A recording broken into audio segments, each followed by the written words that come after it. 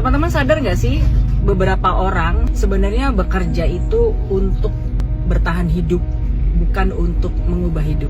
Ciri-cirinya kalau kita bekerja untuk bertahan hidup adalah hidup kita itu seperti hanya bertahan dari bulan ke bulan. Gajian, habis itu habis gajinya, bahkan belum sempat habis bulan itu gaji udah habis karena tagihan-tagihan sudah menunggu. Dan bahkan sebagian yang ironis adalah kalau sampai minus gajinya nggak cukup untuk membayar tagihan-tagihan itu, sehingga harus mengambil cicilan atau mengambil hutang, dan itu jadinya seperti lingkaran setan. Padahal kan selain kita itu punya kewajiban bayar ini itu yang memang harus kita bayar dan nggak bisa kita hindari, seperti bayar listrik lah, bayar ART, bayar iuran air lah, bayar iuran ini itu, biaya sekolah anak, tanggungan orang tua, belum lagi biaya kesehatan dan lain-lain yang itu memang wajib kita bayar setiap bulan. Bukankah kita juga punya impian kan sebenarnya? Ada di antara sebagian teman-teman yang mungkin pengen punya kendaraan, pengen punya rumah gitu, tapi kapan punyanya kalau nggak nyicil kan gitu ya selalu.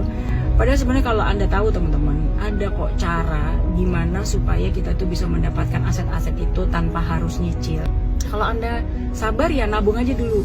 Tapi kalau Anda kekeh ingin memiliki itu semua, harus dipikirkan cara dong selain cicilan. Nah, kalau saya di komunitas bisnis saya itu ada caranya.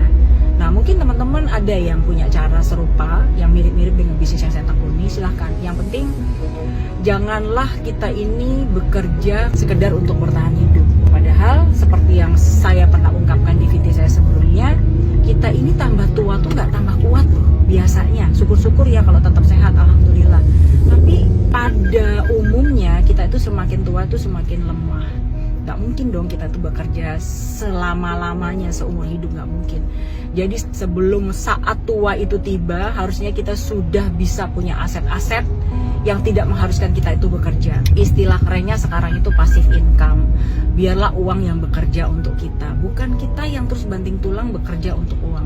Kebayang ya, sekali lagi, kalau bekerja itu hanya untuk bertahan hidup, rumah kantor, rumah kantor, rumah kantor, waktu kita habis, tahu-tahu kita ubanan, anak-anak udah gede, betapa banyak waktu yang terbuang, tahu-tahu kita udah tua aja dan belum banyak impian yang bisa kita capai. Belum punya mobil, belum punya rumah, belum pergi haji, belum umroh, belum bisa menyenangkan orang tua, belum bisa membahagiakan orang-orang kita cintai. Sedih sekali, pasti nanti di masa tua akan ada banyak penyesalan.